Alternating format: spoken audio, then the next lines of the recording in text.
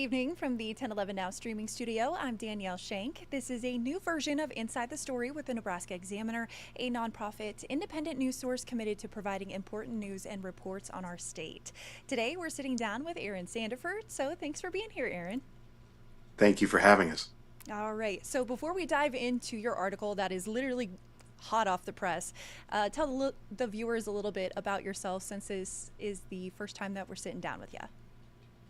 Thanks. Yeah, no, I'm the political reporter for the Nebraska Examiner, and I used to work for the Omaha World Herald and the Lincoln Journal Star and Channel 3 actually in Omaha. So it's a little bit of everything, but I've done a little investigative reporting, a little bit of county reporting, crime and fun in courts, and this is now the kind of the job that never ends. And Yes. since 2020, it just never ends. Yeah, and so how long have you been the political reporter, or what kind of got you involved down that road? You know, I actually started as my first experience with it was when I was working covering City Hall and covering county government in Lincoln and then City Hall in Omaha. And so, I got my teeth cut at an interesting level of local government where there's not a lot of competition. But it was a lot of fun. And this job, I've been doing it since the Nebraska Examiner started. My old colleagues at the World Herald started this thing, and they called me right before they were going to kick off this new idea. And they said, "We have three beers orders, and there's only two of us here, so come join us." it, Awesome. it All was right. Yeah, go ahead. no, it was a lot of fun. They basically asked us to try and go out and create a new space for news. And luckily, I had a lot of sources over the years who were willing to stick with us. Alrighty. And so now let's kind of dive into things here. We're going to set the scene a little bit. Your first article Yeah. is about Omaha State Senator Mike McDonnell deflating the GOP's hopes for a special session on the winner take all this year. And then your second article that came out literally just hours ago is about how the senator really never changed his stance on this winner take all. So, first, can you kind of explain why Senator McDonnell is such a big piece in all of this? Yeah, I mean it's not completely obvious to most readers, but Senator McDonnell was considered by the Trump campaign and by the people who were trying to operate on their behalf as kind of the key domino if they were going to pass winner take all this year for this election cycle. There are probably 33 Republican votes in the legislature right now for winner take all. To start next election cycle, but they do not have it right now for 2024. There are some people that don't like changing the rules in the middle of the game. And in fact, when I sat down with Senator McDonnell today, that was one of the things he mentioned, which is you don't usually call timeout and change the rules in the middle of the game. Right. And so some viewers might have heard the term as well as Nebraska's Blue Dot. Can you kind of explain what that means and how that's come about somewhat recently? Yeah, the Nebraska for about gosh, it's almost been 30 years. Nebraska under Senator Diana Shemmick changed to a fairly unique system. Us in Maine award a single electoral vote to the popular vote winner in presidential races. In each congressional district in the state. So in Nebraska, there are three congressional districts. So the first district where you are in Lincoln, the second district where I am in Omaha, and the third district, which is much of rural Nebraska, central and western Nebraska, with a little bit of a Pac-Man shape up in northeast and northwest. I'm sorry, northeast and southeast Nebraska, and so each one of those gets a single electoral vote, and then the statewide winner gets two extra electoral votes for the five that the state makes up. Most states do it winner take all, where the 48 states do if you win the presidential popular vote statewide, you get that. Right. And In so, Nebraska, though, the Republicans hold a 2-to-1 registration advantage. So if it were statewide, they'd get all five all the time. hmm and so when it comes to this meeting that they had last week, McDonnell was among about 24 state GOP state senators who met with Pillen, and U.S. Senator Lindsey Graham was actually in town for this. So what's driving the GOP's urgency to implement this winner-take-all system? Yeah, the polling right now with between the Vice President Kamala Harris and former President Donald Trump shows a race close enough in the swing states that it is no longer like some political science theoretical idea that they could end up 269 to 269 with the Omaha-based second congressional district breaking the tie. The Trump campaign doesn't mind if it ends in a 269 tie because it would kick to the House of Representatives, where if I remember right, I have to talk to a constitutional scholar again, but if I remember right, each state gets one vote, and under that system, because there are more states that are Republican led, where their House delegations are Republican led, the Republican would most likely win under a tie scenario. And so the blue dot or red dot, depending on how it goes, could avoid the chance of it being thrown to the House. Mm-hmm. And so you actually got the chance to speak with Mike McDonnell today, as you kind of talked about. Did he explain his decision on why he's never really wavered? He tried to argue that he never really wavered. I have heard differently from quite a few sources that were in those meetings and from a few Republicans who talked to us at different times about conversations they had had with McDonnell and his other people in his orbit.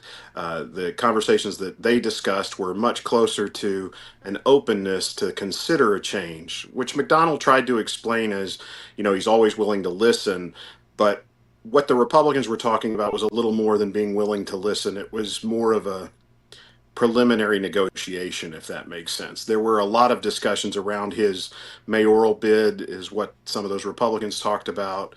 He's considering running for mayor of Omaha, and there's a Republican incumbent mayor. So the new Republican Senator McDonnell, who changed over from Democrat earlier this year, would like some of their support in that if he had done that kind of thing. Now, he argues he was never in play. I'm not sure who to believe on that, but I take him at his word. I have no other way to not, but there are other people saying something different. Mm-hmm.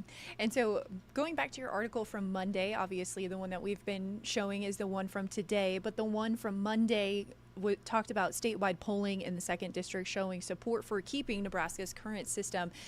Did McDonnell kind of mention how this would impact that district? He did, and honestly, the thing he talked about was it's not about a red dot or a blue dot; it's about a green dot. To him, he means the money, economic impact. He had someone who looked into it, who estimates the economic impact in the Omaha area of all that presidential spending and campaign work at about $50 million this cycle. If that's true, then there are a lot of laborers and other people who are making money, including television stations, off advertising and the push to matter in the second district. The Nebraska second district is treated much like a swing state, even though it's a standalone district. Maine has a district that is treated very similarly because it's more up for grabs between Republicans and Democrats. Yeah. Now going back to just how close the electoral college votes can be, I mean, if things shake out, could Nebraska be the deciding factor in all of this? There is a real chance. God, I hope not. But yeah, there is a real chance that on election night we could be sitting in a scenario where the two of them are close enough that the difference in the election could be the second district.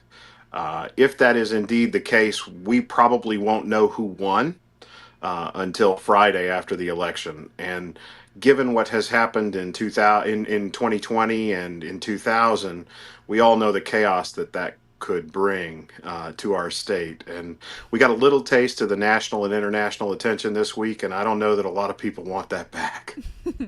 Yeah, no doubt. And so, what are some of the reactions that you've kind of heard from both sides of the aisle regarding McDonald's decision? I think on the Republican side there was some disappointment, but not surprise. I think the majority of the Republicans knew it was going to be a heavy lift to get him off of no. There were some indications last week that he might be willing to entertain a change, but it was always a little bit of a long shot. And there are also other senators who were not hard commits to yes. That the belief among Republicans was that if McDonnell changed, they would follow. And so he was kind of the focus of their efforts, but he wasn't the only focus. There was a lot of, I mean, I think I covered a story on Friday where Donald Trump spoke by phone with Senator Merv Reepy of Ralston, one of the people they were worried about potentially holding out. When Senator Graham was there, he handed the phone to Senator Reepy, and it was Donald Trump. My reporting, even though I haven't included it yet, I'm pretty sure that McDonnell talked to Trump as well. Okay.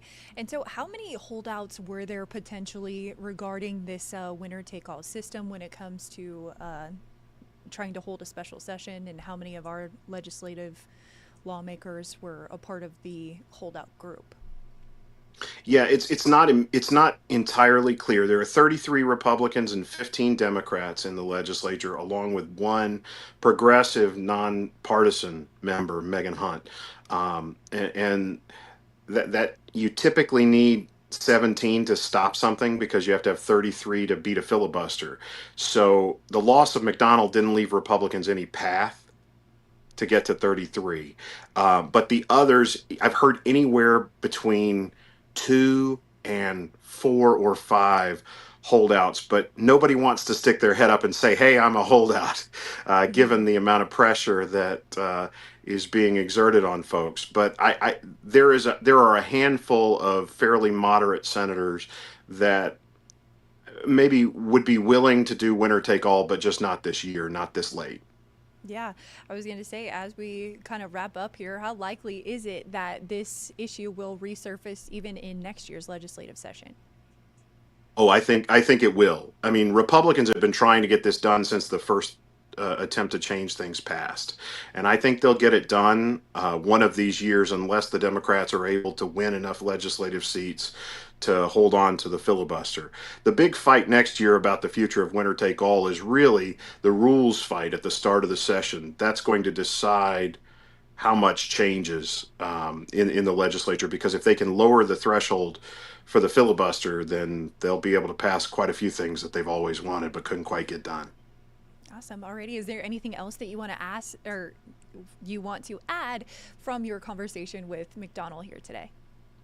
Yeah, I think it was interesting that McDonnell seemed self-aware that he had touched kind of the third rail of politics in two different parties in the same year.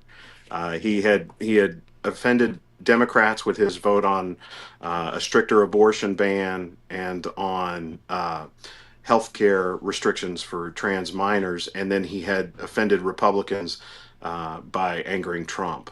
And so I asked him, what does it feel like in the middle of all that? And he said he might be the first state senator to ever be censured by two different political parties in the same 6 months. Yeah, well, sometimes that's what's going to happen when you stick up for yourself and what you believe is right. So, um, thanks so much for joining us here, Aaron. Thank you very much, Dan. Alrighty. So for more details, you can find Sanderford's first article, State Senator Mike McDonnell deflates GOP hopes for Nebraska winner take all in 2024. Or his second article, which is called Nebraska State Senator McDonnell says his position on winner take all never changed. Both of those can be found on 1011now.com or nebraskaexaminer.com. For more news and updates, you can visit our website and follow us on all our social platforms, from our newsroom to wherever you are. See you on the next stream. Thank you.